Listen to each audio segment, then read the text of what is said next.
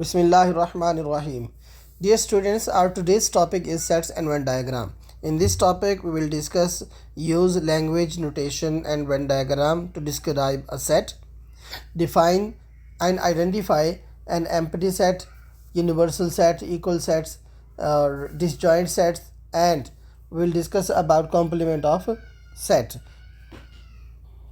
Next objective is define subset, and then we have to discuss how to find union and intersection of the given sets and using Venn diagram. We will discuss about listing form, and we will discuss how to find union and intersection using Venn diagram. And after that we'll discuss some problems related to set and Venn diagram or number of element of the sets. तो ये चीज़ें हैं जो हमने बात करनी है जिसके बारे में. तो सबसे पहले मैं आपको बता दूं सेट होता क्या है, रियल लाइफ में इसका यूज़ क्या है. सेट जो है ना, किसी भी वेल डिफाइंड ऑब्जेक्ट को किसी चीज़ के अंदर बंद कर दें या जैसे आपके पास नंबर्स होते हैं उनको पेयर और ब्रैकेट में बंद कर दें आप, तो वो सेट बन जाता है. अब वेल डिफाइंड का मतलब क्या है? वेल डिफाइंड का मतलब ऐसी है जो फिज़िकल चीज़ें होती हैं आपकी, इसमें इमोशंस वगैरह नहीं आते. जो बेस्ट एग्जांपल है इसकी रियल लाइफ यूज़ जो है इसका सेट्स का, जैसे हमारा जो डिनर सेट है, इसमें आपके डिनर से रिलेटेड जितने भी आपके जो बर्तन होते हैं वो सारे उसके अंदर आ जाते हैं.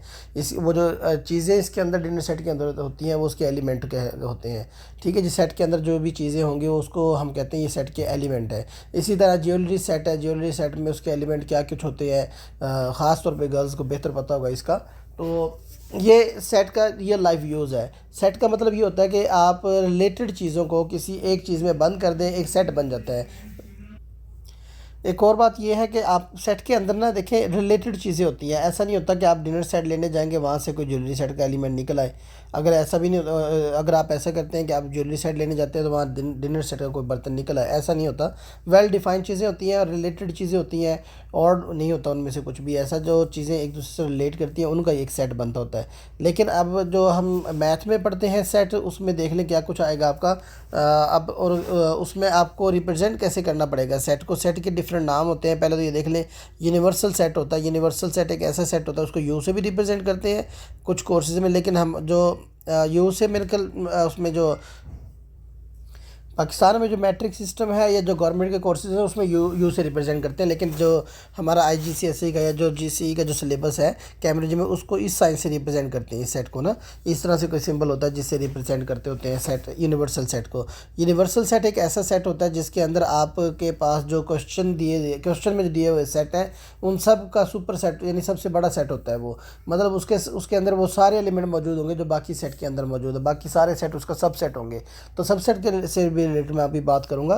तो एक ये साइन आ गया, और फिर हम यूँ ब्रैकेट लगाते होते हैं सेट को रिप्रेजेंट करने के लिए. यहाँ पे ये उसके एलिमेंट आ जाएंगे किसी भी सेट के. इस तरह से आप उसको एलिमेंट लिखेंगे कॉलम यानी सॉरी कॉमा लगा के, और यूँ डॉट का मतलब होता है कि ये इसी तरतीब से कंटिन्यू है, और इस तरह से ये ब्रैकेट बंद कर देंगे तो आपके पास ये सेट कंप्लीट हो गया है. तो इस तरह से सेट को रिप्रेजेंट करते हैं. सेट को हमेशा जो है ना कैपिटल लेटर से रिप्रेजेंट किया जाता है यूनिवर्सल के अलावा. यूनिवर्सल का तो ये सिंबल है, वैसे कैपिटल लेटर जो है ना ABC, उससे इनके नाम को रिप्रेजेंट किया जाता है. तो it was related to set. Now will discuss के इसके क्वेश्चन किस तरह के होते हैं. तो ये मैंने कुछ क्वेश्चन आपके लिए ये बनाए हैं. देखें, सबसे पहले हमारे पास यूनिवर्सल सेट है. यूनिवर्सल सेट जिसके अंदर सारे जो सबसे बड़ा सेट होता है. यूनिवर्सल सेट के अंदर क्या कुछ हमारे पास 1 2 3 से लेके यानी 10 तक सारे एलिमेंट है. आपका ये बाउंड्री सेट होता है यूनिवर्सल सेट, इससे बाहर नहीं जाना होता आपने. बाकी जो सेट होते हैं वो इसके अंदर होते हैं, इसके अंदर से निकाले जाते हैं, इसके सब सेट होते हैं. सब सेट का मैं बता दूं, सब सेट एक ऐसा सेट होता है जिसके सारे एलिमेंट किसी दूसरे सेट के अंदर मौजूद है. जैसे ये आपके पास एक फॉर एग्जांपल एक सेट में यहाँ पे ये लिखा हुआ है, ये C सेट है. इसके जितने भी एलिमेंट है ना वो यूनिवर्सल सेट के अंदर से निकाले हुए हैं. 1 से लेकर 10 तक के एलिमेंट है. तो C जो है उसका सबसेट है. बाकी सेट भी यूनिवर्सल के सबसेट ही होते हैं. यानी इन सेट के एलिमेंट जो है ना A और B के जो एलिमेंट है वो भी हम यूनिवर्सल में से लिखते होते हैं. तो सबसे पहले ये देखें, मैं आपको बता दूं कि पहला सेट A जो है वो क्या है, फैक्टर्स ऑफ 12. सेट को रिप्रेजेंट करने के लिए आपके पास 3 तरीके होते हैं. एक डिस्क्रिप्शन फॉर्म होती है, ये डिस्क्रिप्शन फॉर्म है आपकी, डिस्क्राइब कर देना सेट को ना, ये डिस्क्रिप्शन फॉर्म कहते हैं इसको. ठीक है, ये डिस्क्राइब कर दिया सिर्फ. और इसके बाद जो दूसरा है ना, ये सेट बिल्डर नोटेशन होता है. सेट बिल्डर नोटेशन में ना आपके पास वो सेट बिल्डर नोटेशन, इसमें नोटेशंस यूज़ की जाती है, सेट में यूज़ होने वाली नोटेशंस यूज़ की जाती हैं, सिंबल्स यूज़ किए जाते हैं, जिससे आपको सेट रिप्रेजेंट करना पड़ेगा सिंबल्स के ज़रिए। मैं इसको रीड करके बताता हूँ। देखिए, X that is X belong to odd number, यानी एक्स का एलिमेंट को रिप्रेजेंट कर रहा है, और ये जो है एक्स है, जो यानी जो एलिमेंट्स हैं वो ऑड नंबर्स हैं, आपकी ऑड नंबर के सेट से बिलोंग करता है। ये साइन होता है and x more than one, यानी मोर देन वन आपने ऑड नंबर लिखने हैं। अगर यहाँ पे इक्वल साइन होता तो ये वन भी इंक्लूड होता, तो लेकिन वन इंक्लूड नहीं है, इसलिए मोर देन लिखा हुआ है, इक्वल का साइन नहीं है, तो हम इसको इंक्लूड नहीं करेंगे। हमने इनके एलिमेंट लिखने हैं। लिस्टिंग फॉर्म एक होती है, लिस्टिंग फॉर्म ये है। तो तीन चीज़ें मैंने आपको बता दी। ये डिस्क्रिप्शन फॉर्म है, ये सेट बिल्डर नोटेशन है जिसमें साइंस को यूज़ किया जाता है, और ये आपकी लिस्टिंग फॉर्म है। लिस्टिंग फॉर्म में बस सिंपली लिस्ट किया होता है एलिमेंट को। तो सबसे पहला क्वेश्चन ये है, list the element of set A के एलिमेंट को हमने लिस्ट करना है, लिस्ट की फॉर्म में लिखना है, मतलब आपने सेट नोटेशन की फॉर्म में लिखना है ब्रैकेट लगा के। तो अब लिस्टिंग फॉर्म कैसे हम लिखेंगे, पहले हम ब्रैकेट लगाएंगे इसकी। आप लिखेंगे ए इक्वल टू, आ जाएगा ए इक्वल टू, आप इसके एलिमेंट लिख दें। अब ए है क्या, फैक्टर्स ऑफ 12 के जितने भी फैक्टर हैं, लेकिन आपकी लिमिट क्या है, 1 से लेकर 10, 1 से 10 तक जितने फैक्टर्स ऑफ 12 में वो लिखेंगे आप। 1 भी 12 का फैक्टर है, 2 भी 12 का फैक्टर है, 3 के टेबल में भी 12 आ रहा है, 4 के टेबल में भी 12 आता है, 5 के टेबल में 12 नहीं आता, और इसके बाद 6 है, ये भी इसका फैक्टर है, 7 नहीं है, 8 नहीं है, 9 10 भी नहीं है, 12 है, लेकिन वो हम लिखेंगे नहीं क्योंकि आपकी यूनिवर्सल सेट से बाहर नहीं जाएंगे हम।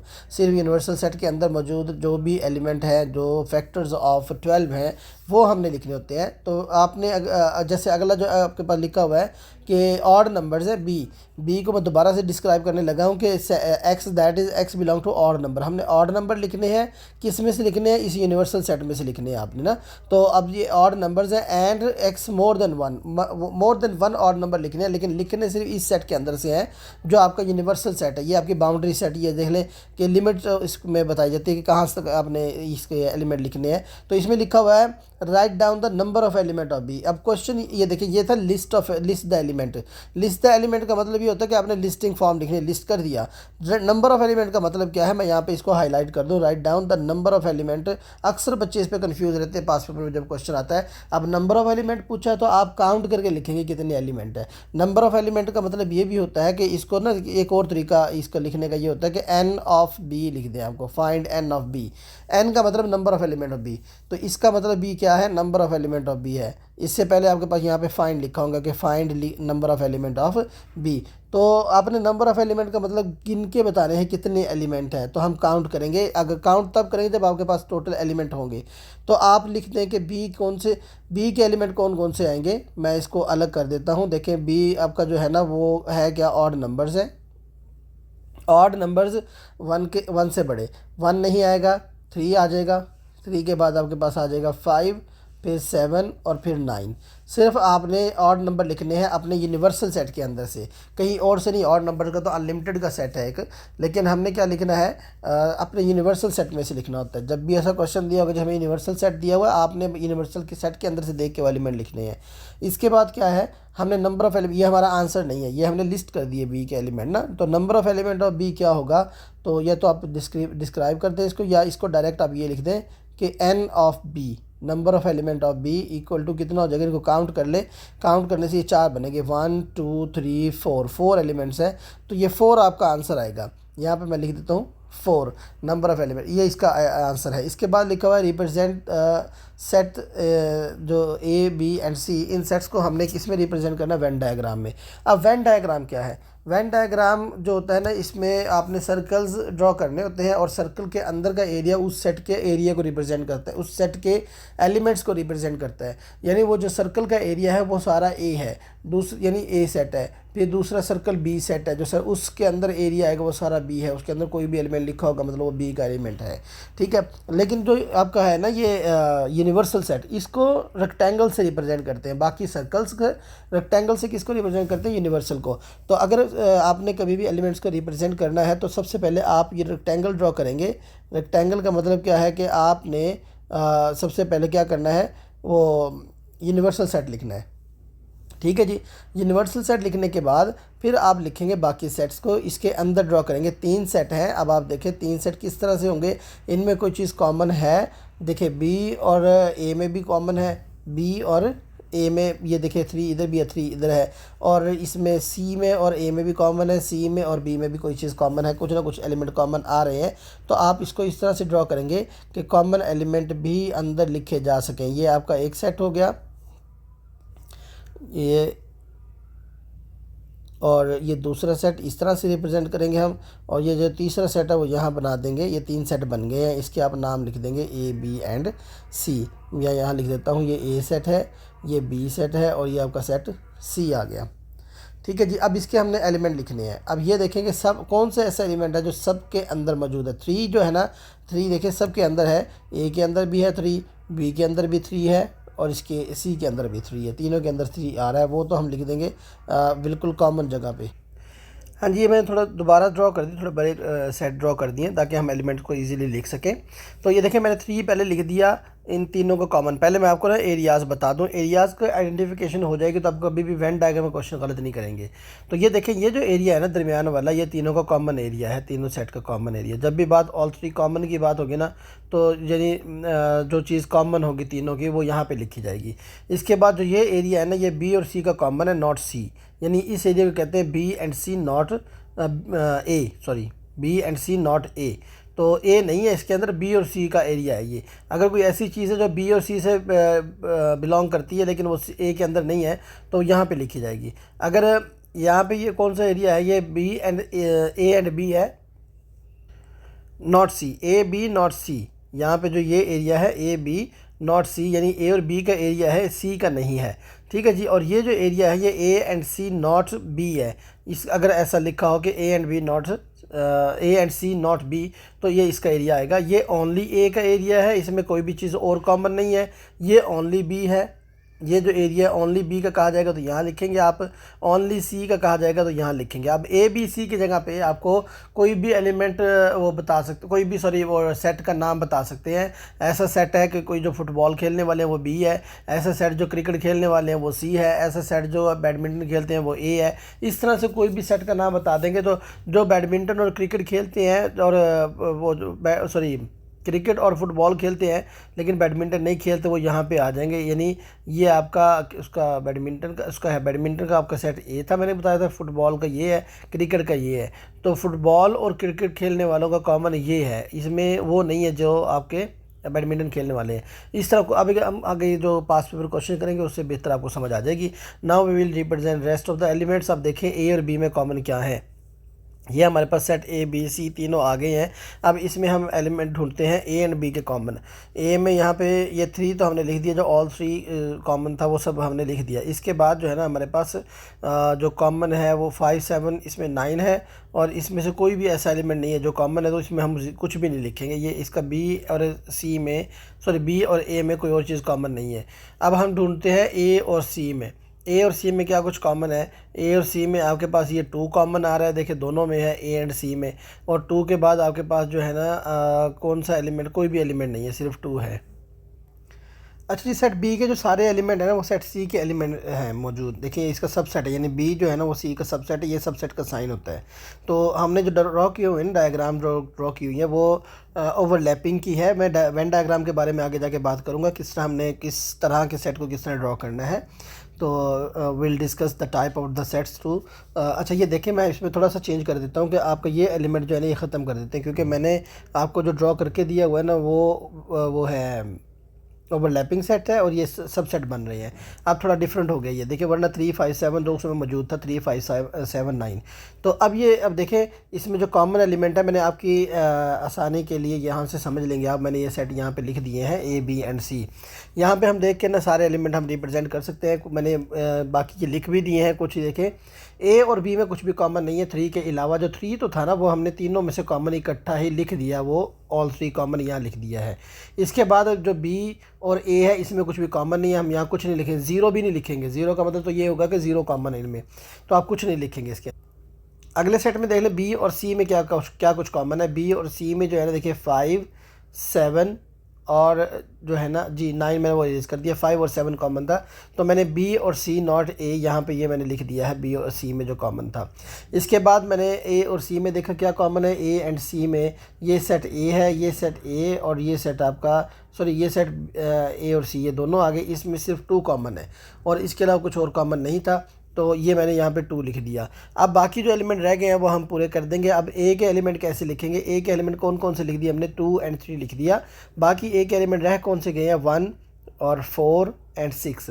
1 ए के एलिमेंट पूरे हो गए हैं, 1 2 3 4 और ये 6। मैं आपको दोबारा हाईलाइट करके बता दूँ, ये 1 आ गया, ये 2, ये 3 4 और ये 6, ये ए के एलिमेंट पूरे हो गए हैं आपके, ठीक है जी। और इस तरह से रिप्रेजेंट हो गए कि जो एलिमेंट जिसके साथ कॉमन था वो उसकी जगह पर लिखा गया है। अब इसके बाद बी के एलिमेंट हम पूरे कर देते हैं। बी के एलिमेंट में से कौन सा रह गया, 3 5 7, ये मैंने 3 5 और 7 तो लिखा हुआ है, 9 रह गया, 9 किसी के साथ कॉमन नहीं है तो ये ओनली बी में आएगा, ओनली बी में यहाँ पे लिख देंगे 9, ठीक है जी। ये ओनली बी यानी बी के अंदर है, किसी और के अंदर मौजूद नहीं है। इसी तरह जो सी के एलिमेंट है, सी में कौन कौन से एलिमेंट है, 2 3 5 7 8। अब 2 लिख दिया हमने, 3 लिख दिया, 5 7 ये एलिमेंट तो हम लिख चुके हैं, 8 रह गया, वो कहाँ पे आएगा, ओनली सी में आ जाएगा, यहाँ पे आ जाएगा। अब इसके बाद आपने यूनिवर्सल में लिखने हैं जो आपके एलिमेंट रह गए हैं, कौन से एलिमेंट रह गए हैं गिनती आप इसके चेक कर लें। 1 आ गया जी, 2 3 4 5 कहीं भी नहीं आया तो 5 हम लिख देंगे, कहाँ लिखेंगे, 5 को यूनिवर्सल में लिख देंगे, यहाँ पे 5 कहीं भी लिख दें यूनिवर्सल सेट के अंदर, ठीक है जी। ये 5 यहाँ पे आ गया। इसके बाद 6 आपके पास मौजूद है, 6 यहाँ पे आया हुआ है, 6 है, 7 है, 8 है, 9 और 10 रह गया, तो 10 को कहाँ पे लिखेंगे हम, कहीं भी 10 को यूनिवर्सल में यहाँ लिख देता हूँ मैं, जहाँ मर्जी आप लिख दें यूनिवर्सल की जगह पे, जो इन सर्कल के बाहर लिखेंगे। तो इस तरह से आपने गिवन एलिमेंट्स को सर्कल के अंदर या सॉरी वेन डायग्राम के अंदर रिप्रेजेंट करना है, जो वेन डायग्राम आपने ड्रॉ करनी है इस तरह से। बाकी वेन डायग्राम की टाइप्स जो है यानी कि टाइप्स ऑफ सेट के साथ जो डायग्राम जो है ना वो चेंज हो जाती है आपकी, वो आगे जाके डिस्कस करते हैं। इससे पहले हम बात करते हैं लिस्टिंग फॉर्म में हमने क्या फाइंड करना है, A union B union C. इससे पहले मैं आपको एक और बात बता दूं कॉम्प्लीमेंट के बारे में। कॉम्प्लीमेंट किसे कहते हैं, किसी सेट का कॉम्प्लीमेंट कैसे निकालते हैं, होता क्या है ये complement of a set. Complement कहते हैं कि किसी भी सेट का कॉम्प्लीमेंट निकालने के लिए, कॉम्प्लीमेंट का मतलब ये होता है कि आपने यूनिवर्सल के अलावा एलिमेंट लिखने हैं उस सेट के। तो कॉम्प्लीमेंट ऑफ अ सेट का मतलब ये है यूनिवर्सल में से उस सेट को माइनस करना, कॉम्प्लीमेंट ऑफ अ सेट, ठीक है जी। लेट हमने एक कॉम्प्लीमेंट को ना इसके ऊपर सी भी लिख देते हैं छोटा सा करके, या फिर इसको लिखते हैं इसके ऊपर डैश लगा देते हैं इस तरह से ना, तो ए कॉम्प्लीमेंट इसको रीड करेंगे, A complement will be equal to universal set minus A set, ठीक है। अगर हमने निकालना है बी का कॉम्प्लीमेंट, तो बी का कॉम्प्लीमेंट क्या आएगा, यूनिवर्सल सेट में से आप सेट बी को के एलिमेंट को माइनस कर दें। लेट हमने फाइंड करना है ए यूनियन बी का कॉम्प्लीमेंट, तो आप ए यूनियन बी को माइनस करेंगे यूनिवर्सल में से। अब ए यूनियन बी के बारे में भी हम बात करते हैं इस तरह से ना, इसके आंसर को यानी ए यूनियन बी का जो आंसर आएगा उसको माइनस कर देंगे। Let we have to find out A intersection B whole complement, तो ये किसके इक्वल आएगा, universal set minus A intersection B का जो आंसर आएगा उसको माइनस कर देंगे यूनिवर्सल में से। अब माइनस करने के बारे में बताता हूँ मैं। लेट ये देखिए हमारे पास हमने फाइंड करना है ए कॉम्प्लीमेंट और वो इक्वल टू आ जाएगा universal set minus A set. अब यूनिवर्सल सेट कौन से एलिमेंट है, 1 2 3 एंड सो ऑन, ये 10 तक चलते जा रहे हैं। इसके बाद जो आपके पास सेट ए के एलिमेंट है वो कौन से हैं, वो फैक्टर्स ऑफ 12 थे, तो ये 1 2 3 4 एंड ये 6, ये फैक्टर्स ऑफ 12 आ गए हैं। अब माइनस कैसे करेंगे हम इसको, माइनस का मतलब ये होता है कि आपने पहले सेट के वो एलिमेंट लिखने जो दूसरे में मौजूद नहीं है, तो पहले सेट के इस सेट के वो एलिमेंट लिखने हैं जो इसमें मौजूद नहीं है। यानी ए कॉम्प्लीमेंट में set universal set A complement में सेट ए के एलिमेंट नहीं होंगे, बी कॉम्प्लीमेंट में सेट बी के एलिमेंट नहीं होंगे, तो यानी जिसका कॉम्प्लीमेंट होता है आंसर में उसके एलिमेंट नहीं आते, ये आपने याद रखना है। ये ए यूनियन बी का अगर कॉम्प्लीमेंट निकालना तो ए यूनियन बी का कोई एलिमेंट उस आंसर में नहीं होगा, सिर्फ ए यूनियन बी के कॉम्प्लीमेंट में, ठीक है जी। इसी तरह अगर बी का कॉम्प्लीमेंट निकालना तो बी के अलावा सारे एलिमेंट आपने लिखने हैं, तो मैं यहाँ पे लिख देता हूँ कि जो ए कॉम्प्लीमेंट है वो क्या आ जाएगा, इसके एलिमेंट हम देखे लिख देते हैं कि अब जो कॉमन एलिमेंट है ना, यानी जो इस ए है वो इस ए से कैंसिल हो जाएगा, माइनस हो जाएगा, 2 ये 2 से माइनस हो जाएगा, जो 3 है वो 3 से माइनस हो जाएगा। इसी तरह सारे एलिमेंट जो है ना आपके ख़त्म होते जाएंगे, जो इस यानी हमने वो लिखने हैं जो ए के नहीं है एलिमेंट, ए के अंदर मौजूद नहीं है, हमने यूनिवर्सल के वो एलिमेंट लिखने हैं। तो कैसे लिखेंगे, 1 भी है, 2 है, 3 है, 4 है, 5 नहीं है उसके अंदर, 5 लिख दिया, 7 नहीं है वो लिख दिया, 8 लिख दिया, 9 और 10 ये वो एलिमेंट है जो सेट ए के अंदर मौजूद नहीं थे, तो ए कॉम्प्लीमेंट में आ जाएंगे। इसी तरह बी कॉम्प्लीमेंट, इसी तरह सी कॉम्प्लीमेंट, जो भी आपने निकालना है इस तरह से आप यूनिवर्सल में से उनके एलिमेंट्स को माइनस कर दें, जो बाकी बचेंगे ना अदर देन दैट सेट, यानी अगर ए का कॉम्प्लीमेंट तो ए के अलावा जो सेट एलिमेंट बचेंगे वो आपके ए कॉम्प्लीमेंट के सेट ए कॉम्प्लीमेंट सेट के एलिमेंट होंगे। ठीक है जी, इस तरह से कॉम्प्लीमेंट फाइंड करना है। अब बात करते हैं कि ए यूनियन बी क्या है। ए यूनियन बी इसको पढ़ते हैं, ए यूनियन बी यू से रिप्रेजेंट करते हैं इस तरह से। ठीक है जी, A union B, A union B का मतलब ये होता है कि हमने ए और बी के सारे एलिमेंट लिख देने हैं। ए सेट के एलिमेंट देख ले कौन से हैं, 1 2 3 4 एंड 6, ये ए के एलिमेंट से। और बी के एलिमेंट जो है ना वो कौन से होंगे, आपको मैं बी के एलिमेंट बता देता हूँ, 3 5 7 9, तो ये 3 5 7 एंड 9 ये एलिमेंट आ गए हैं। अब यूनियन का मतलब कॉमन अनकॉमन सारे लिख देना। यूनियन का वैसे भी आपको मतलब क्या होता है, इकट्ठा करके किसी चीज़ का इकट्ठ होना। तो यूनियन का मतलब कि आप कॉमन अनकॉमन इकट्ठे सारे एलिमेंट लिख देंगे। तो आप तरतीब से लिखेंगे 1 2 3, रिपीट होने वाले सिर्फ एक ही बार आएंगे, 2 बार नहीं, कोई भी एलिमेंट रिपीट नहीं होता इसमें सेट में। 3 आ गया, इसके बाद 4 5 दोनों में नहीं है जी, 5 है, 5 और 6 7 8 दोनों में नहीं है, 9 आ जाएगा। ये आपके ए यूनियन बी के एलिमेंट आ गए हैं। ठीक है जी, ए यूनियन बी। इसके बाद आपने ए इंटरसेक्शन बी का मैं बता दूं, ए इंटरसेक्शन बी का मतलब ए और बी में क्या कुछ कॉमन आ सकता है। कॉमन क्या है इन दोनों में, अब ए और बी के कॉमन एलिमेंट मैं आपको बता देता हूँ, यहाँ पे हाईलाइट कर देता हूँ। यहाँ पे 3 है, यहाँ भी 3 मौजूद है, ये कॉमन है आपका। ठीक है जी, और इसके अलावा और कोई भी कॉमन नहीं है 3 के अलावा मेरे ख्याल से, क्योंकि उसके अंदर आगे 5 7 9 है, इसके अंदर सिर्फ 6 है, ये सिर्फ 3 आ जाएगा इसका आंसर। किसका आंसर है ये, सिर्फ कॉमन एलिमेंट्स का, यानी जिसको हम पढ़ते हैं ए इंटरसेक्शन बी, उल्टा करके यू ड्रॉ कर देते हैं, तो इसका ये आपका आ गया A intersection B, common element. अब आपने ये बात याद रखनी है, यूनियन का मतलब है सारा, common and uncommon, common and uncommon सारी चीज़ें आ जाती हैं यूनियन में, और इंटरसेक्शन में सिर्फ कॉमन चीज़ आएगी। अब बात करते हैं वेन डायग्राम के बारे में भी और डिफरेंट टाइप ऑफ सेट के बारे में भी। तो सबसे पहले होता है ओवरलैपिंग सेट जो होते हैं। ओवरलैपिंग का मतलब क्या होता है कि इनमें ऐसे सेट जिनमें कुछ कॉमन है और कुछ अनकॉमन है, ये ओवरलैपिंग सेट्स होते हैं। ठीक है, इसके बाद होते हैं डिसजॉइंट सेट। डिसजॉइंट सेट का मतलब ये होता है कि कोई भी कॉमन नहीं होगा, एक भी एलिमेंट कॉमन नहीं होगा। उसके बाद होता है आपके पास सबसेट। सबसेट का मतलब ये होता है कि एक सेट के सब सारे एलिमेंट दूसरे सेट के अंदर मौजूद होते हैं, यानी एक सेट को दूसरे अंदर के सेट के अंदर से निकाला होता है। तो इनको ड्रॉ करने का तरीका क्या है वेन डायग्राम में, इस तरह से आप ये यूँ आपने ड्रॉ कर देनी है रेक्टेंगल, और रेक्टेंगल ड्रॉ करने के बाद आपने let set A and B, 2 set हैं और आपने ड्रॉ करना है इनको इस तरह से। ठीक है जी, ये आपका सेट ए आ गया और ये सेट बी आ जाएगा। अब इसमें जो ये जगह है इसके अंदर एलिमेंट आएंगे कॉमन वाले, जो ए और बी के कॉमन है। यहाँ पे जो एलिमेंट आएंगे ना ये ओनली ए के आएंगे, जो ए में ए के हैं बी के नहीं हैं, और यहाँ पे ओनली बी के आएंगे। अगर ए और बी में कोई एलिमेंट रह जाएंगे तो वो यूनिवर्सल सेट में आ जाएंगे। इनकी जगह की आइडेंटिफिकेशन याद रखनी है, ये कॉमन जगह है। ठीक है जी, ये कॉमन सिर्फ ओनली ए की, ओनली बी की जगह है, ये ओनली ए, और ए एंड बी, ए और बी के अलावा जगह ये है, तो ना ए में है ना बी में। ठीक है जी, और इस तरह से ओवरलैपिंग सेट आपने ड्रॉ करने के, कुछ कॉमन जगह भी होगी, अनकॉमन जगह भी होगी। अब बात करते हैं डिसजॉइंट के बारे में। डिसजॉइंट सेट के अंदर कोई भी चीज़ कॉमन नहीं होती। डिसजॉइंट का मतलब ये है कि कॉमन नहीं होगा आपके पास कुछ भी। ठीक है जी, तो मैंने आपको बताया था इसमें रेक्टेंगल आपने ड्रॉ करनी पड़ती है। एक रेक्टेंगल ड्रॉ कर लें, जिस तरह ये सर्कल टाइप का बन गया ये, और इसके अलावा दूसरा सेट भी इसके साथ ही ड्रॉ हो जाएगा। इसमें कोई भी चीज़ कॉमन नहीं आएगी, मतलब ये देखें कॉमन एरिया इनका कोई भी नहीं है। तो ये सेट ए आपके पास, ये सेट बी है, तो अलग अलग ड्रॉ करते हैं। इनमें आप इसके एलिमेंट लिख देंगे, ए के एलिमेंट आप ए के अंदर लिख देंगे, बी के एलिमेंट बी में लिख देंगे। अगर कुछ बच गया तो वो यूनिवर्सल में आ जाएगा, यूनिवर्सल का यहाँ पे साइन लिखना होता है।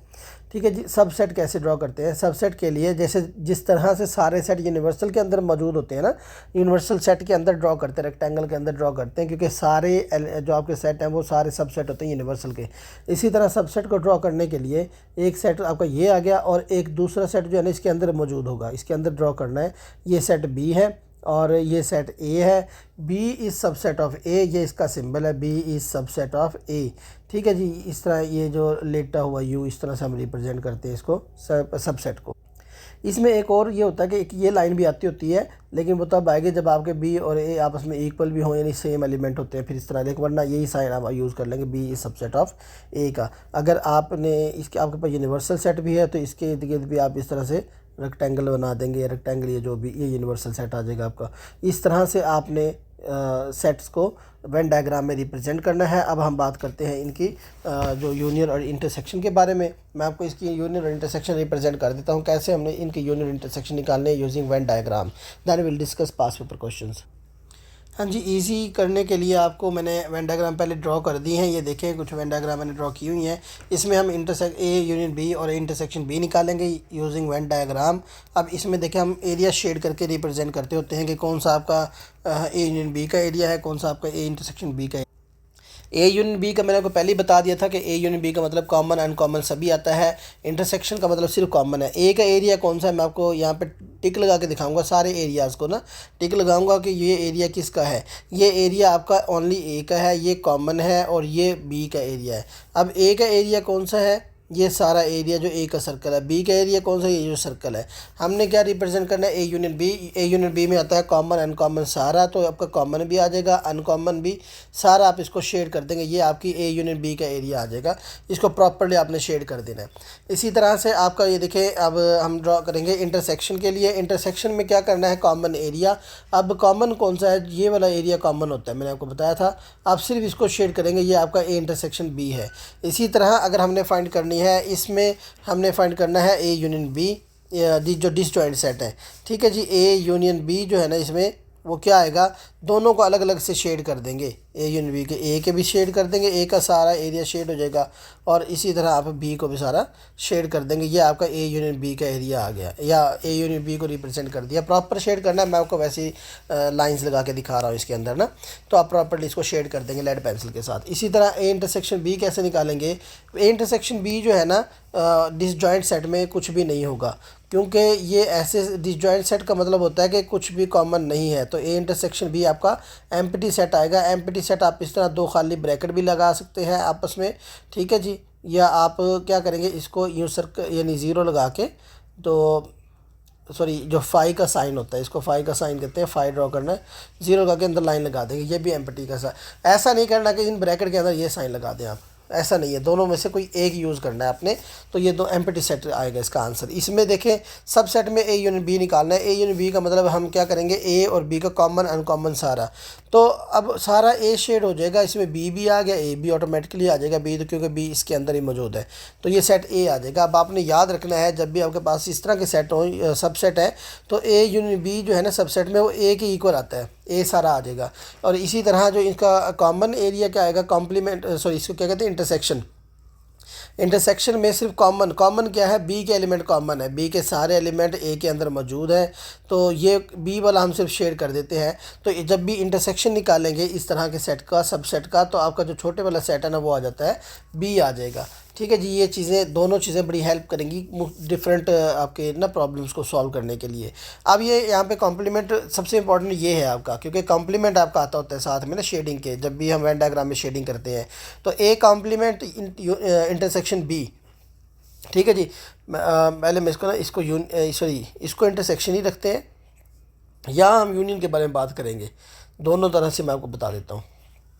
अब ए कॉम्प्लीमेंट का एरिया कौन सा, आप टिक लगा लें। ए कॉम्प्लीमेंट का एक का मतलब होता है ए के अलावा, ये ए सेट है, ये बी है, तो ए के अलावा कौन सा एलिमेंट है, मैं टिक लगा दूँ। ये जगह ए की नहीं है, और ये जगह भी ए की नहीं है, ठीक है जी। तो ये सारी जो जगह है ये ए की नहीं है। अब यहाँ पे टिक लगाने का मतलब है इसमें सारा ये एरिया आ जाएगा, इसमें ये सारा एरिया आ गया है, टिक सिर्फ उस जगह पे लगाया है, तो ये सारा एरिया उसी का है। तो ये आपका ए का नहीं है, ये एरिया भी आपका ए का नहीं है, ये आपका ए का है, बी का भी है, तो लेकिन ए का तो है ना, हम इस पर टिक नहीं लगाएंगे। तो ये ए का एरिया आ गया। अब हम बात करेंगे बी का एरिया कौन सा है। बी के एरिया में दोबारा से मैं टिक लगा देता हूँ। ये देखें, ये भी बी का एरिया है, ये भी बी का एरिया है। ये जो एरिया जो दरमियान में कॉमन है, ये ए का भी है, बी का भी है, लेकिन बी का है इसलिए हम टिक लगाएंगे इसके अंदर भी।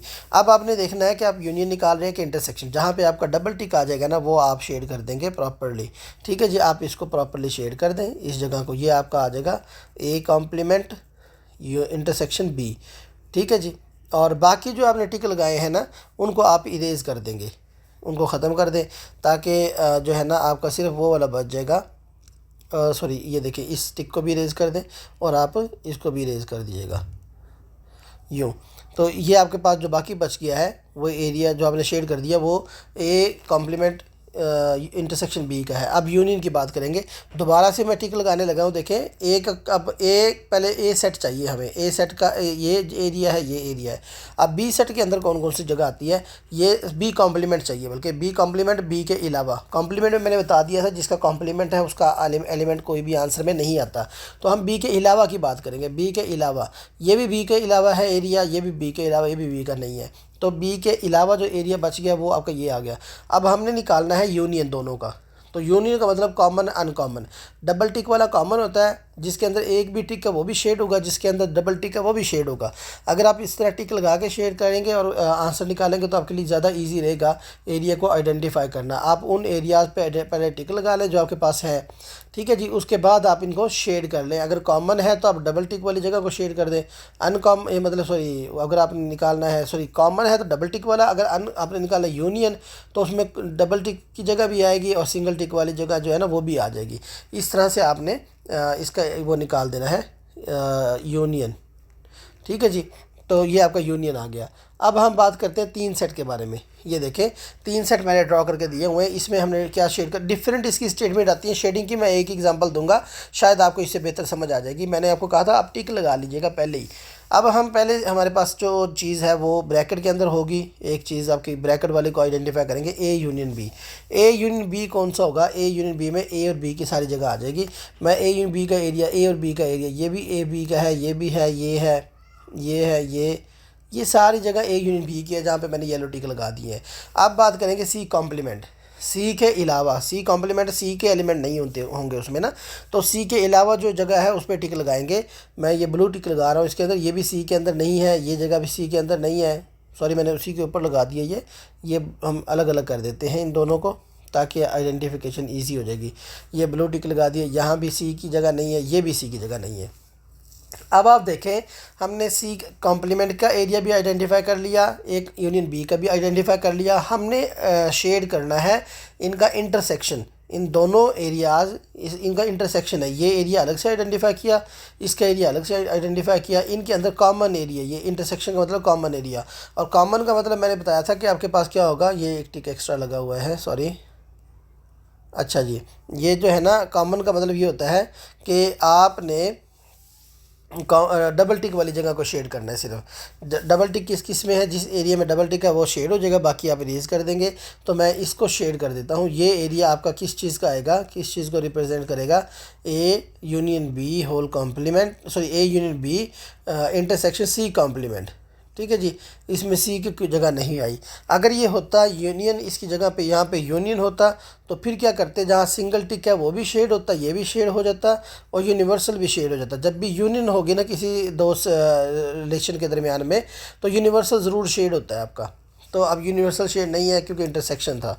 अब बाकी जो टिक्स है आप उसको अपने लेड पेंसिल से ये काम करना है, बाकी टिक जो है ना उसको आप इरेज कर देंगे इस तरह से, ठीक है जी।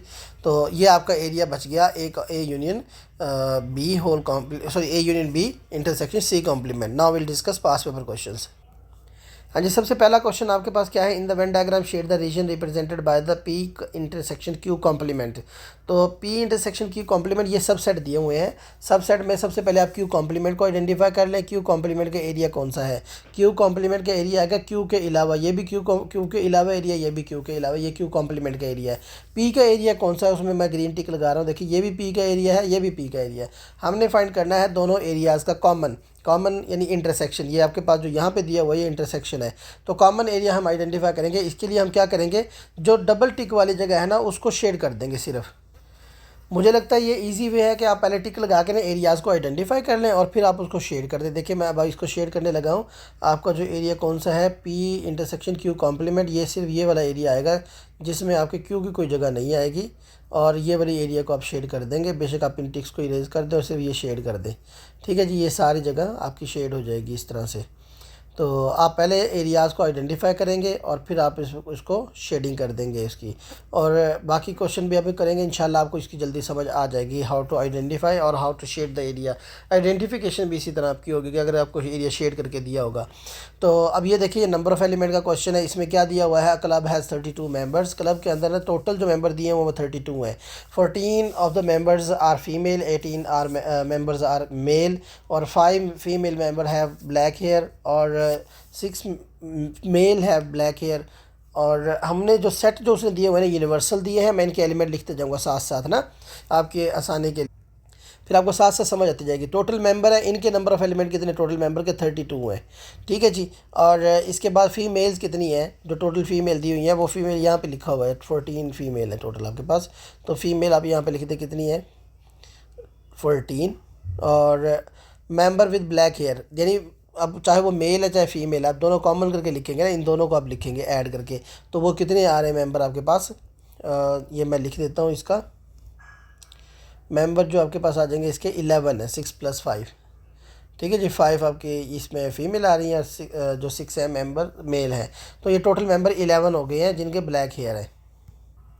ये 3 तरह के सेट आपके वेन डायग्राम में दिए हुए हैं। देखिए 3 तरह के कौन कौन से, यूनिवर्सल है आपने उसके देख लिए 32 है, फीमेल है वो आपको पता लग गया ये 14 है, और ब्लैक हेयर वाले हैं वो आपको पता लग गया। अब क्या करेंगे, complete the Venn diagram to show this information. अब इसको वेन डायग्राम में कंप्लीट करेंगे। तो आपके पास 5 फीमेल हैं जिनके ब्लैक हेयर है, आप यहाँ उनको वो यहाँ पे लिखेंगे, क्योंकि ये जो जगह है ना वो फीमेल की भी है और ब्लैक हेयर वालों की भी है, तो आप 5 यहाँ पे लिखेंगे, यानी 5 फीमेल ऐसी हैं जिनके ब्लैक हेयर है। बाकी जो फीमेल बच गई हैं वो कितनी, 14 में से आप निकाल दें 9, ये आपकी यहाँ पे आ जाएंगे 9। आप देखिए फीमेल के सर्कल के अंदर टोटल जो एलिमेंट है वो 14 है। अब यहाँ देखिए ये सर्कल है आपका फीमेल का, और इसमें जो टोटल एलिमेंट है 9 प्लस ये दोनों मिला के इस सर्कल के अंदर 14 बन गए हैं। और आपकी कंडीशन भी पूरी हो गई, कॉमन वाले कॉमन जगह पे आ गए, अनकॉमन की जगह पे आ गए हैं। इसके बाद जो आपके ब्लैक हेयर वाले मेंबर्स बच गए हैं ना 6, वो अलग लिख देंगे, ठीक है जी, वो यहाँ पे आ जाएंगे आपके। अब जो यूनिवर्सल सेट में क्या आएंगे, जो आपके इन सब के अलावा जो एलिमेंट बचे हैं, यानी आपका जो इन सब को ऐड करेंगे 9, और इसको और क्या ऐड होगा 9 के बाद, 9 ऐड होगा, 5 ऐड होगा 14, और 6 ऐड कर दें इसमें 14 में 20, 32 में से 20 माइनस कर दें। यहाँ पे आपके मेंबर जो आएंगे ना यूनिवर्सल के मेंबर, वो 12 बच गए हैं, कहीं भी यूनिवर्सल वाली जगह पे आप लिख देंगे 12 बच गई है मेंबर्स जो है, ठीक है। ये नंबर ऑफ़ एलिमेंट है, एलिमेंट नहीं है, ये भी याद रखिएगा, बहुत बच्चे इसमें कन्फ्यूज़ रहते हैं। एलिमेंट तो कुछ और होता है, ये नंबर ऑफ़ एलिमेंट है, ये कुछ और है। तो 12 बच गए हैं, ये इन्फॉर्मेशन हमने इसमें कंप्लीट कर दी है। अब हमने क्या फाइंड करा, बस यही था, इसको इन्फॉर्मेशन ही कंप्लीट करनी थी, वो हो गई। नेक्स्ट क्वेश्चन क्या है, पी यूनियन क्यू फाइंड करना है। पी यूनियन क्यू का मतलब पी और क्यू का कॉमन। पी यूनियन क्यू में हम क्या लिखेंगे, जो पी और क्यू के कॉमन एलिमेंट है। कॉमन कौन कौन से हैं देखिए पी और क्यू में, ए दोनों में नहीं है, सॉरी कॉमन अनकॉमन दोनों लिखेंगे यूनिवर्सल में, आप तरतीब से लिखते जाए। ए आ गया जी, बी कहीं दोनों में नहीं है, सी डी ई, ठीक है जी, सी नहीं है, डी नहीं है, ई है, ए के अंदर ई मौजूद है, ई के बाद एफ़ मौजूद है क्यू के अंदर, ठीक है जी। कॉमन अनकॉमन सब लिखेंगे। एफ़ के बाद हम लिखेंगे जी, और जी के बाद जी एच आई एंड जे, ठीक है जी। ये एलिमेंट आपके मौजूद इसके आ जाएंगे यूनियन के, P union Q. Common uncommon सभी लिख देना। आई जो है ना वो दोनों में आ रहा है, लेकिन हम एक ही बार लिखेंगे, मैंने आपको कहा था एक ही बार लिखा जाएगा, दरम्यान में कॉमा आएगा। अब हमने फाइंड करना है नंबर ऑफ़ एलिमेंट। मैंने इसका बताया था, अगर ये छोटा सा एन लिखा होता है ना ब्रैकेट के बाहर, इसका मतलब होता है number of element. Number of element of P intersection P complement Q union R. Q union R के तो आपके पास एलिमेंट आ गए हैं। पी कॉम्प्लीमेंट देख लें क्या है, मैं आपको पहले ना पी कॉम्प्लीमेंट लिख देता हूँ यहाँ पे अलग से। पी कॉम्प्लीमेंट इक्वल टू आ जाएगा पी के अलावा, यूनिवर्सल के वो लिखेंगे जो पी में एलिमेंट नहीं है। पी के हैं ए ई आई, ए ई आई के अलावा क्या बच गया, ए नहीं आएगा, बी सी डी ई नहीं आएगा, एफ़ जी और एच आई नहीं आएगा, जे, ठीक है। हमने इसमें ए के एलिमेंट नहीं लिखे, पी के एलिमेंट नहीं लिखे, सॉरी, क्योंकि पी का कॉम्प्लीमेंट था, पी के एलिमेंट नहीं आएंगे। अब ये देखना है कि कॉमन इंटरसेक्शन इन दोनों में, यानी पी के कॉम्प्लीमेंट के मैंने ये लिख दिए पी कॉम्प्लीमेंट, और जो क्यू यूनियन आर है वो आपने यहाँ पे लिख लिए हैं। इनमें कॉमन क्या है, इंटरसेक्शन का मतलब कॉमन, पहले आप कॉमन ढूंढ लें, फिर उसके नंबर ऑफ़ एलिमेंट हम लिख देंगे। आप यहाँ पे लिख लें P complement intersection Q union R, ठीक है जी। ये आप इस सेट के एलिमेंट आप पहले लिखेंगे यूँ। ये आपके पास आ जाएंगे जी, कौन कौन से एलिमेंट है लिस्ट कर रहे हैं अभी हम, एलिमेंट नंबर ऑफ़ एलिमेंट नहीं लिखेंगे। तो ए कॉमन नहीं है, बी दोनों में कॉमन नहीं है, सी नहीं है, ठीक है जी, सी उसमें नहीं है, तो डी नहीं है, एफ़ कॉमन है आपका, दोनों में आ रहा है ये एफ़, और जी, एच, आई एंड जे, ये जो है ना कॉमन एलिमेंट है आपके इस सेट के कॉमन एलिमेंट। तो कितने एलिमेंट है इनको काउंट करके हम लिख देंगे, ये कितने एलिमेंट है इनको काउंट कर लें, 1 2 3 4 5, 5 एलिमेंट है। तो आपका जो ये इधर आंसर आएगा वो 5 आएगा। हाँ जी, नेक्स्ट क्वेश्चन देखते हैं क्या है। नेक्स्ट पार्ट आपका ये, इसको देखें, शेडिंग पार्ट दिया हुआ है, shading area, and we have to represent this area using set notation. Use set notation to describe the shaded area, shaded subset in the Venn diagram. तो इसको रिप्रेजेंट करने के लिए पहले आइडेंटिफिकेशन ज़रूरी है। शेडिंग में आपका ये बी का कोई भी जगह शेड नहीं है, इसका मतलब बी का तो कॉम्प्लीमेंट होगा आपका, ठीक है जी। मैं इसको पहले लिख देता हूँ, बी का कॉम्प्लीमेंट है, ये बी का कॉम्प्लीमेंट मैंने लिख दिया। इसके बाद देखें ए और सी का कौन सा कॉमन है, ए एंड सी का सिर्फ कॉमन एरिया है। आप यह लिखेंगे ए और सी का आपका क्या कॉमन एरिया आ गया, तो आप लिख दें A intersection C, common intersection को कहते हैं। अब जो आपका बी कॉम्प्लीमेंट का एरिया है और जो ए इंटरसेक्शन सी है, इनका जो कॉमन एरिया, ये जो है ना आपका सिर्फ कॉमन पार्ट आया हुआ है, बी कॉम्प्लीमेंट का सारा एरिया नहीं है, क्योंकि बी कॉम्प्लीमेंट में आपका यूनिवर्सल भी आना था। अगर यूनिवर्सल शेड होता है तो आप यहाँ पे यूनियन लिखेंगे, इन दोनों के दरमियान में यूनियन लिखेंगे, सॉरी ये यूनियन लिखेंगे। अगर आपके पास कॉम्प्लीमेंट सॉरी यूनिवर्सल वाला शेड नहीं है तो आप इंटरसेक्शन लिखेंगे, तो यहाँ पे इंटरसेक्शन आएगा। तो इसका आंसर क्या आ गया, A intersection C intersection B complement, क्योंकि ए इंटरसेक्शन सी में ये एरिया भी आता है, लेकिन ये आपका नहीं है क्योंकि बी का कॉम्प्लीमेंट है, ठीक है। तो आपका सिर्फ कॉमन एरिया आ रहा है जो ए इंटरसेक्शन सी का है और बी कॉम्प्लीमेंट का, वो कॉमन एरिया आपका यहाँ पे आ रहा है। तो मैंने आपको वैसे ही बताया कि अगर शेडिंग में आपका यूनिवर्सल शेड किया हुआ है, यूनिवर्सल का पार्ट शेड किया हुआ, तो आप यहाँ पे यूनियन लगाएंगे, वरना आप इंटरसेक्शन का साइन लगाएंगे और इसको रिप्रेजेंट कर देंगे इस तरह से। नेक्स्ट क्वेश्चन देखते हैं क्या है। हमारे पास वेन डायग्राम ड्रॉ करके दी हुई है, हमने आइडेंटिफाई करना है A intersection B complement union B intersection C complement. अलग अलग एरियाज आइडेंटिफाई कर लेते हैं। अब A intersection B complement, A intersection B complement में बी के अलावा और ए के साथ इंटरसेक्शन, देखें बी के अलावा जो ए के साथ कॉमन है वो ये एरिया है। मैंने इसको टिक लगा दिया, मैं कोई और कलर यूज़ कर लेता हूँ। ये देखें, ये जो मैंने ब्लू टिक लगा रहा हूँ मैं, ये आपका ए के साथ कॉमन एरिया बी कॉम्प्लीमेंट का, बी कॉम्प्लीमेंट का ए के साथ कॉमन एरिया ये है। ए का एरिया आपका दूसरा भी बनता है ये वाला, लेकिन ये बी कॉम्प्लीमेंट के साथ कॉमन नहीं है, बी में आता है, ये बी कॉम्प्लीमेंट में बी के अलावा एरिया आता है। दूसरा एरिया हम आइडेंटिफाई करते हैं, उसमें मैं ग्रीन टिक लगा के दिखाता हूँ आपको। B intersection C complement, C complement C का एरिया नहीं आएगा। बी के साथ कॉमन कौन सा है सी कॉम्प्लीमेंट का, ये और ये बी के साथ कॉमन है। अब हमने फाइंड क्या करना है, दोनों का कॉमन अनकॉमन सारा यूनियन है, इन दोनों एरियाज़ का यूनियन। तो इन दोनों एरियाज़ का यूनियन जो भी होगा उसको हम शेड कर देंगे। तो इस तरह से ये वाला एरिया जहाँ जहाँ पे टिक आपके आए हैं वो एरिया आप शेड कर देंगे, क्योंकि मैंने कहा था अगर यूनियन है दोनों रिलेशन के दरमियान, तो दोनों सेट नोटेशन के दरमियान फिर आप सारा शेड करेंगे जहाँ टिक कॉमन है या अनकॉमन। जहाँ पे आपके पास अगर वो इंटरसेक्शन देता है तो फिर आप सिर्फ डबल टिक वाला एरिया शेड करेंगे, ये एरिया आप इसको शेड कर देंगे इसका। नेक्स्ट क्वेश्चन देखें। One morning 50 people visit library, 35 of them borrow a book। ये बुक बोरो करने वाले 35 है, और उसके बाद लिखा हुआ है 12 of them are them uses a computer, और 8 of them do not borrow a book, do not use a computer। तो जो यूनिवर्सल उसमें ए और बी में आएंगे नहीं, मतलब हम दोनों सेट को पहले रिप्रेजेंट कर लेते हैं। दोनों में कॉमन अनकॉमन ज़रूर होंगे क्योंकि आपका टोटल बनता है 50 से ज़्यादा। तो आप इस तरह से पहले रेक्टेंगल बनाएंगे जो टोटल को रिप्रेजेंट करेगा। दो सेट बना लें, जो बुक पढ़ने वाले हैं और जो कंप्यूटर यूज़ करने वाले हैं। तो यहाँ पे मैं बी लिख देता हूँ जो बुक जिन्होंने रीड की बोरो की है, और यहाँ पे सी लिख देता हूँ जिनका कंप्यूटर जिन्होंने यूज़ किया था। तो कॉमन कौन सा है वो हमारे पास नहीं है। कॉमन कितने हैं, 8 यहाँ पे आ जाएगा जो दोनों को यूज़ नहीं करते। यहाँ पे लिखा हुआ है 8 ऑफ देम जो है ना वो ना बुक बोरो की ना कंप्यूटर यूज़ किया, ऐसे ही वो चक्कर लगा के आ गया लाइब्रेरी में बस।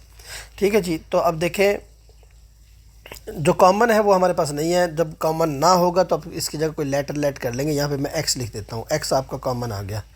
ठीक है जी। जब सबसे पहले कॉमन लिखना होता है इसमें, जब भी आप लिखना शुरू करेंगे ना एलिमेंट्स को, तो सबसे पहले आप कॉमन लिखेंगे, कॉमन के बाद अगला काम शुरू करेंगे आप। कॉमन एक्स नहीं है तो एक्स लिख देंगे। अब कंप्यूटर यूज़ करने वाले 12 हैं, हमें कॉमन तो नहीं पता, हम लिखेंगे 12 माइनस एक्स।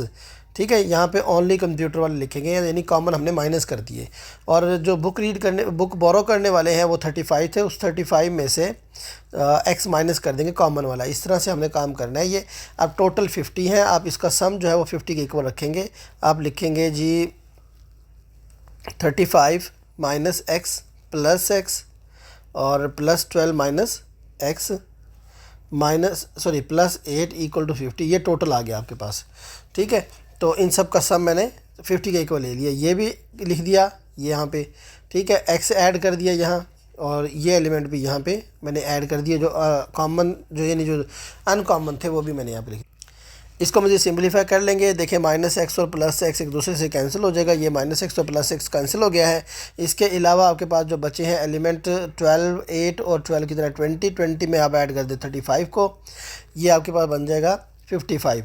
तो minus X equal to 50 minus 55, यह उधर जाके माइनस हो जाएगा। तो minus X equal to minus का 5 और एक्स इक्वल टू कितना आ गया 5, पॉजिटिव 5। माइनस से माइनस कैंसिल हो गया दोनों तरफ से ना, ये दोनों माइनस कैंसिल हो जाएंगे। एक्स का मतलब क्या है, कॉमन एलिमेंट आए आपके, कॉमन मेंबर्स आए हैं जिन्होंने जो लाइब्रेरी में गए थे, जिन्होंने बुक भी बोरो की है और कंप्यूटर भी यूज़ किया, वो लोग हैं ये। तो अब हम क्या फाइंड क्या करना है, ये देखें यहाँ पे हमने फाइंड करना है कि find the number of people who use computer but do not borrow book. Only computer वाले, ये वाले हमने फाइंड करने हैं। ठीक है, ओनली कंप्यूटर वाले, तो जिन्होंने सिर्फ कंप्यूटर किया और बुक बोरो नहीं की, वो वाले कितने हैं, आप ये लिखेंगे आप 12 माइनस 5 इक्वल टू 7 आ जाएगा इसका आंसर। ठीक है जी, नेक्स्ट क्वेश्चन देखिए क्या है।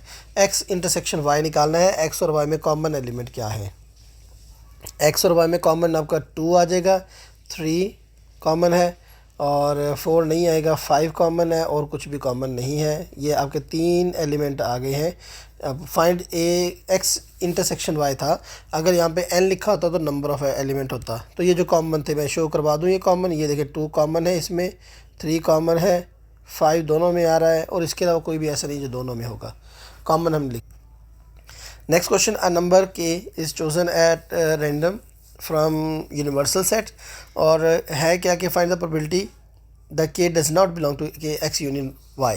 एक्स यूनियन वाई क्या कुछ आएगा आपका, पहले ये देखें, एक्स यूनियन वाई आपका पास आ जाता है। एक्स यूनियन वाई जो है, सॉरी मैं यहाँ पे इक्वल नहीं लगा सकता, एक्स यूनियन वाई लिखेंगे हम इसमें। X union Y will be equal to X और वाई के कॉमन अनकॉमन हम सारे लिख देंगे, कॉमन अनकॉमन 1 2 3 4 5 6 7 एंड 11। तो ये आपके पास सारे एलिमेंट आ गए हैं एक्स और वाई के। अब इसमें से देखें कि कौन से एलिमेंट हैं जो इसके अंदर नहीं है, यूनिवर्सल के हैं, यानी क्योंकि K does not belong to X union Y, तो इन एलिमेंट में से के नहीं हो सकता। के डज़ नॉट बिलोंग, ये बिलोंग का एलिमेंट है, शायद मैंने इसके बारे में बताया नहीं है। ये जो एलिमेंट होता है ना, ये बिलोंग का होता है, यानी ये इज़ एलिमेंट ऑफ। के इज़ नॉट एलिमेंट ऑफ, इसके ऊपर लाइन लगी हुई है तो इज़ नॉट एलिमेंट ऑफ, तो कोई K is not element of X union Y. तो इसके अलावा बच कितने गए हैं एलिमेंट, मैं काउंट कर लेता हूँ। ये देखें, इसमें आपके पास ये 1 2 3 4 5 6 7 8 एलिमेंट हैं जो आपके एक्स यूनियन वाई के हैं। टोटल ये एलिमेंट 12 हैं आपके पास यूनिवर्सल के, तो 4 बच गए। तो ये आपकी प्रोबेबिलिटी आ जाएगी, बाकी 4 में से सिलेक्ट किए होंगे ना उसने के को, के इन 8 से बिलोंग नहीं करता के, तो ये आ जाएगा 4/12। इसको सिंप्लीफाई करके लिख देंगे तो 1/3, ये इसकी प्रोबेबिलिटी आ गई है। ये शेड करना है हमने A intersection B union C whole complement. पहले आप यूनियन को आइडेंटिफाई कर लें, union B union C whole complement, B और सी शेड नहीं होगा इसमें, तो बी के अलावा, बी और सी के अलावा ये एरिया है, ये एरिया है। अब इसका ए के साथ कॉमन कौन सा है, ए का एरिया कौन सा है, ये एंड ये ए का एरिया है। अब इसमें मैं आपको दोबारा से इसको टिक लगा के दिखाता हूँ किसी और कलर से। देखिए ये एरियाज़ तो दो जो आगे टिक वाले, ये आपके B union C whole complement के आगे, यानी बी और सी के अलावा जो एरिया है। तो आपका ए का एरिया कौन सा है, ये वाला भी ए का है, ये भी ए का एरिया, ये भी ए का एरिया, ये भी ए का एरिया है। अब हमने फाइंड करना है दोनों रिलेशन के दरमियान कॉमन, क्योंकि यहाँ पे इंटरसेक्शन दिया हुआ है। तो कॉमन वो होगा जो शेड जो डबल टिक वाला होता है, ठीक है। बाकी हम इरेज कर देंगे।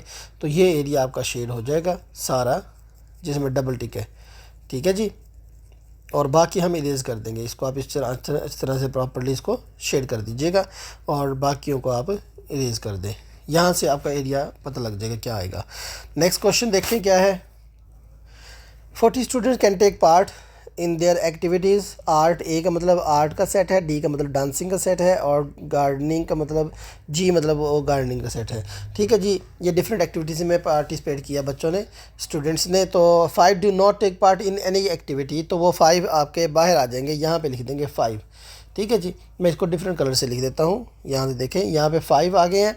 और इसके बाद 12 do not do art only, ठीक है। आर्ट ओनली वाले मतलब सिर्फ आर्ट वाले हैं यहाँ पे, और इसमें कोई कॉमन अनकॉमन कुछ नहीं, इसकी बात करेंगे हम। ओनली का मतलब यही एरिया बस, ठीक है जी। इसके बाद 4 do dancing and gardening but not art. Gardening और डांसिंग का ये एरिया है जिसमें आर्ट नहीं है, यहाँ पे 4 आ जाएगा आपका। और 1 डज ऑल 3 एक्टिविटीज़, यहाँ पे 1 आ जाएगा। ये सारे एलिमेंट हमने उनकी जगह पे लिख दिए हैं। अब 0 भी लिखा हुआ है उसमें, जो आपका आर्ट और गार्डनिंग वाले जो डांसिंग नहीं करते वो 0 है। अब हमने फाइंड क्या करना है, क्वेश्चन ये है कि x ratio y ratio z equal to 1 ratio 2 ratio 3।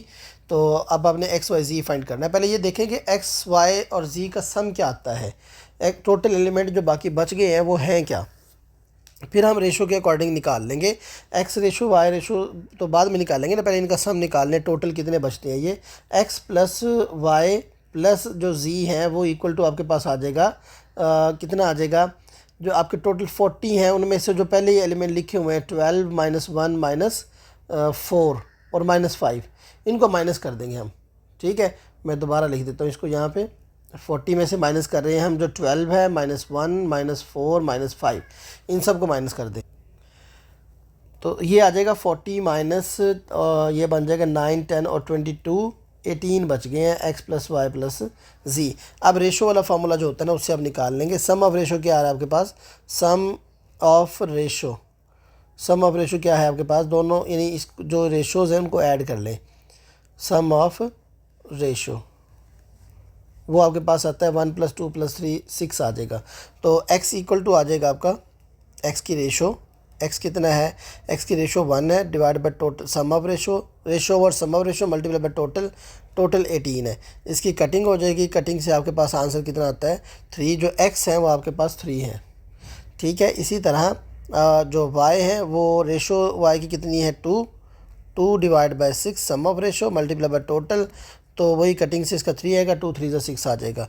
ये देखिए इसकी कटिंग होती है 1 और ये 3 को हम मल्टीप्लाई करेंगे 2 से, तो जो ये है ये 6 आ जाएंगे। इसी तरह जो z है, z आपके पास आ रहे हैं जी, z की रेशो 3 है over sum of ratio multiply by 18। इसको फिर कट करेंगे, कट करने के बाद इसका आंसर कितना आता है 9, ठीक है जी। आप इनको ऐड भी करके देख लें, XYZ को 18 ही बनते हैं। ये आपका XYZ का आंसर आ जाएगा। इसमें लिखा हुआ है one subset in the Venn diagram in part A has no student. Zero वाला जो है उसको सेट नोटेशन से रिप्रेजेंट करना है। इस ज़ीरो वाले को सेट नोटेशन से रिप्रेजेंट करेंगे। अब इस ज़ीरो वाले में ये देखें, इसका कोई अमल दखल नहीं है, डी का इसका कोई अमल दखल नहीं है। ये सिर्फ कॉमन एरिया है ए एंड जी का, ए एंड जी का कॉमन है और इसमें यूनिवर्सल का कोई अमल दखल नहीं है। तो अब देखें क्या लिखेंगे इसको तो इसको देखते हुए हम इसको रिप्रेजेंट कर देते हैं। क्या आएगा ये आपके पास, डी का तो कॉम्प्लीमेंट लिखेंगे हम, डी कॉम्प्लीमेंट लिख दें जी। यहाँ पे मैं लिख देता हूँ डी का तो कॉम्प्लीमेंट है, क्योंकि डी का इसका कोई ताल्लुक नहीं है, और क्योंकि यूनिवर्सल का कोई ताल्लुक नहीं, यहाँ पे इंटरसेक्शन आएगा। और यहाँ पे जो कॉमन जगह है किस किस की कॉमन है, ये ए एंड जी की कॉमन जगह है, तो यहाँ पे ए इंटरसेक्शन जी आ जाएगा, ए इंटरसेक्शन जी। इस तरह से हम इसको रिप्रेजेंट कर सकते हैं सेट नोटेशन में। ये जगह है आपकी A intersection G intersection D complement. तो इस तरह से हम इसको करेंगे। अब नंबर ऑफ़ एलिमेंट भी बताने हैं हमने, D union G intersection A. D union G का मतलब डी और जी के, मैं आपको रिप्रेजेंट करता हूँ शेडिंग के साथ। डी यूनियन जी, डी यूनियन जी में ये डी और जी सारा एरिया आ जाएगा, ये वाला सारा, ठीक है। डी भी आ गया, जी भी आ गया, ये सारा आ जाएगा। ये आपका आ गया डी यूनियन जी और इसके बाद आपको क्या दिया हुआ है, इंटरसेक्शन ए। इंटरसेक्शन ए का मतलब ए के साथ कॉमन इस एरिया का ये वाला बचेगा। जो डी यूनियन जी था उसमें इसके साथ कॉमन ये बचता है। ये आपके पास एक्स आ गया, 1 आ गया और 0। तो एक्स की वैल्यू 3 है और 1 ऐड कर देंगे, इसके अंदर 4 बचेगा। ये नंबर ऑफ़ एलिमेंट कितने आ गए, 4। ये आपका डी यूनियन जी और कॉम्प्लीमेंट इंटरसेक्शन क्या है, ए। ये आपके पास 4 आ जाएंगे एलिमेंट। और नेक्स्ट क्वेश्चन देखते हैं क्या है। अच्छा जी, सबसे पहले हमने शेड करना है ए इंटरसेक्शन बी को। बहुत आसान क्वेश्चन है ये तो। ए इंटरसेक्शन बी शेड करने के लिए सिर्फ कॉमन, इंटरसेक्शन का मतलब कॉमन होता है, सिर्फ ये आप कॉमन वाली जगह को शेड कर देंगे। ये आपका फ्री का 1 मार्क मिल गया आपको। ठीक है जी। इसके बाद लिखा हुआ है this Venn diagram shows information about number of student who study English, Spanish and German. तो ये इसमें नंबर ऑफ़ स्टूडेंट रिप्रेजेंट किए हुए हैं, नंबर ऑफ़ स्टूडेंट है, एलिमेंट नहीं है ये इसके। ठीक है, तो यानी 11 एलिमेंट है जो सिर्फ इंग्लिश पढ़ते हैं, 7 है जो स्टूडेंट जो है वो सिर्फ स्पेनिश पढ़ते हैं, 3 जो है वो स्पेनिश और इंग्लिश दोनों पढ़ते हैं, 2 जो है वो तीनों लैंग्वेज पढ़ रहे हैं। तो ये वो वाले हैं जो इनको स्टडी करते हैं। तो यूज़ वेन डायग्राम टू क्या फाइंड करा हमने, यहाँ पे लिखा find the number of student who study English and German but not Spanish. English and German not Spanish. English और जर्मन यहाँ पे आ गया, नॉट स्पेनिश। कॉमन ये वाला, ठीक है जी, सिर्फ कॉमन आ जाएगा। इंग्लिश और जर्मन का कॉमन ये 5 है, इधर जिसका स्पेनिश का कोई ताल्लुक नहीं है। तो हमने ये कितने स्टूडेंट हैं, हाँ जी, नंबर ऑफ़ स्टूडेंट ही फाइंड करने हैं, वो आप यहाँ पे लिख देंगे 5। अक्सर बच्चे ना इसको एलिमेंट समझ के यानी यहाँ पे वो समझते हैं कि एक एलिमेंट है, वो एक लिख देते हैं। ये नंबर ऑफ़ आपके स्टूडेंट को रिप्रेजेंट कर रही है ये चीज़ें। 5 जो है नंबर ऑफ़ स्टूडेंट है, तो 5 लिखेंगे यहाँ पे। एलिमेंट लिखो तो वही कहेंगे कि आपके जो गिवन जो वेन डायग्राम है उसके अंदर एलिमेंट्स को रिप्रेजेंट किया गया है, जो इंग्लिश के हैं, जो स्पेनिश के, उनके एलिमेंट्स। तो ये नंबर ऑफ़ स्टूडेंट्स हैं। तो इसके बाद हमने फाइंड करना है number of element of G union S whole complement. G union S whole complement G जी और एस के अलावा, जी और एस के अलावा क्या बचेगा, ये इधर से 11 बच गया। जी और एस में कौन सी जगह, ये सारी जी और एस में आ गई है। जब इसका कॉम्प्लीमेंट लेंगे तो ये निकल जाएगा और इसके अलावा वाला बच जाएगा, ये बच गया और ये वाला बच गया। 15 आएगा इसका। नंबर ऑफ़ एलिमेंट बताना है हमने, तो ये 15। अगर लिस्ट कहेगा तो आपको एलिमेंट्स देगा, फिर लिस्टिंग का क्वेश्चन देगा। ठीक है जी। नेक्स्ट क्वेश्चन देखिए क्या है। क्वेश्चन 7 आपका है, इन स्पोर्ट्स क्लब 40 मेंबर्स हैं टोटल, और ये इंफॉर्मेशन दी हुई है, इसको हमने रिप्रेजेंट करना है। 12 मेंबर्स रन, ये 12 मेंबर्स रन 24 साइकिल, 14 सेल करते हैं, 3 जो sell and but do not run, 9 जो है वो run and cycle do not sell, 5 जो है वो run and sell do not cycle, 6 on run only. ठीक है जी, ये इन्फॉर्मेशन है। अच्छा जी, हम शुरू करते हैं। सबसे पहले रन ओनली। रन ओनली ये कितने हैं, 6 एलिमेंट है, यहाँ पे मैंने 6 लिख दिया। उसके बाद जो है ना आपका run and cycle, run and cycle यहाँ पे लिखा हुआ, run and cycle do not sell, तो वो यहाँ पे आएंगे। Run and cycle do not sell जो है ना, यहाँ पे हम लिखेंगे। ये कितने आ रहे हैं आपके पास, ये आपके पास 9 स्टूडेंट्स हैं। ठीक है जी, 9 मेंबर्स हैं, यहाँ पे 9 लिख देंगे। इसके बाद आपके पास है जी run and sell. Run and sell ये लिखा हुआ है, run and sell do not cycle, वो 5 है, तो यहाँ पे मैं 5 लिख देता हूँ।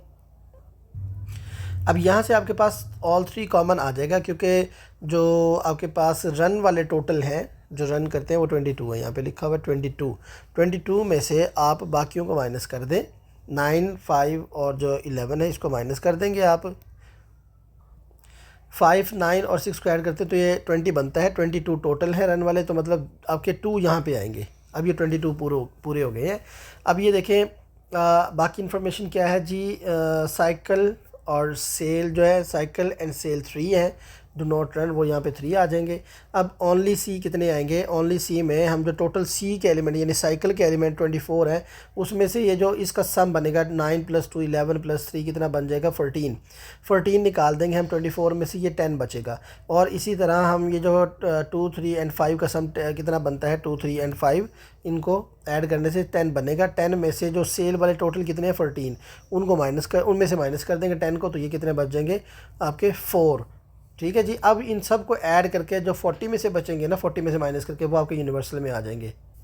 तो इनका सम टोटल बनता है 39 इनको ऐड करके। तो 40 में से अगर हम 39 माइनस करेंगे तो आपके पास 1 एलिमेंट जो है ना वो यूनिवर्सल का बच जाएगा। ठीक है जी। इस तरह से आपने इनके एलिमेंट को रिप्रेजेंट करना है, हमने कंप्लीट करनी थी, वेन डायग्राम होगी। अब ये सेट नोटेशन बनानी है इसकी, जो शेडिंग पार्ट की है ये इस तरह का हम पहले भी कर चुके हैं, तो इसलिए इजी होगा आपके लिए। तो ये देखिए इसमें एफ़ का कोई काम नहीं है, हम लिख देंगे एफ़ का कॉम्प्लीमेंट है और इसका इंटरसेक्शन है, क्योंकि यूनिवर्सल शेड नहीं है। इंटरसेक्शन किसके साथ है, एच एंड जी का, तो एच इंटरसेक्शन जी, और इसका एफ़ का कॉम्प्लीमेंट आ जाएगा। इस तरह से इसकी सेट नोटेशन रिप्रेजेंट कर देंगे। It was all about set and Venn diagram. Hope कि आपको समझ आई होगी। Thank you.